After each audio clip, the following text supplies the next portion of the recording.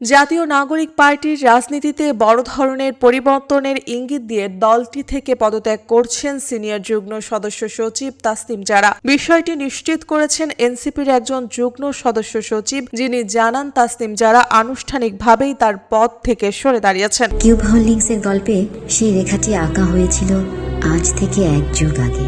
নকশাই আমাদের ভাষা। Cube holdings limited.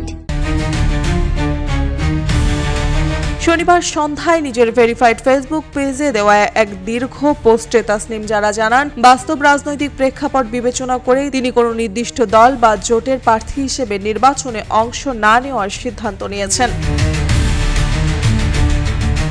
Facebook পোস্টে তিনি লেখেন, আমি আপনাদের এবং দেশের মানুষকে ওয়াদা করেছিলাম নতুন রাজনৈতিক সংস্কৃতি গড়ার জন্য লড়ব। পরিস্থিতি যাই হোক না কেন, আমি আমার সেই অর্ডার রক্ষা করতে দৃঢ় প্রতিজ্ঞ। তাই এই নির্বাচনে ঢাকা 9 আসন থেকে স্বতন্ত্র প্রার্থী হিসেবে অংশগ্রহণ করব।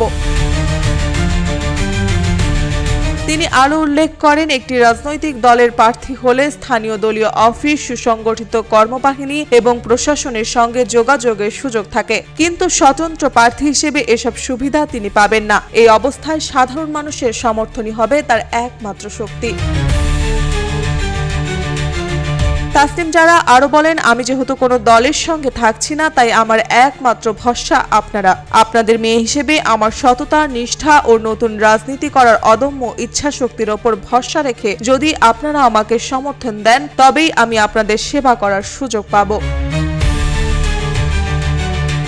স্বতন্ত্র প্রার্থী হিসেবে নির্বাচনে অংশ নিতে গিয়ে তিনি দুটি গুরুত্বপূর্ণ বিষয় তুলে ধরেছেন। প্রথমত, আইনি বাধ্যবাধকতা অনুযায়ী ঢাকার 9 আসনে অন্তত 4,693 জন ভোটারের স্বাক্ষর সংগ্রহ করতে হবে, যা একটি নির্দিষ্ট ফর্মে জমা দিতে হবে। তাসনিম জারা জানান, আগামীকাল থেকেই এই স্বাক্ষর সংগ্রহের কার্যক্রম শুরু হবে। তবে মাত্র একদিনে এত বিপুল সংখ্যক স্বাক্ষর সংগ্রহ করা প্রায় অসম্ভব, যদি না সাধারণ মানুষ স্বতঃস্ফূর্তভাবে এগিয়ে আসে। এই কাজে যারা জায়গা দিয়ে বা স্বেচ্ছাসেবক হিসেবে সহায়তা করতে চান, তাদের জন্য একটি ফেসবুক গ্রুপের লিঙ্কও তিনি শেয়ার করেছেন, যেখানে যুক্ত হলে নির্দিষ্ট স্থান ও লোকেশনের তথ্য জানানো হবে।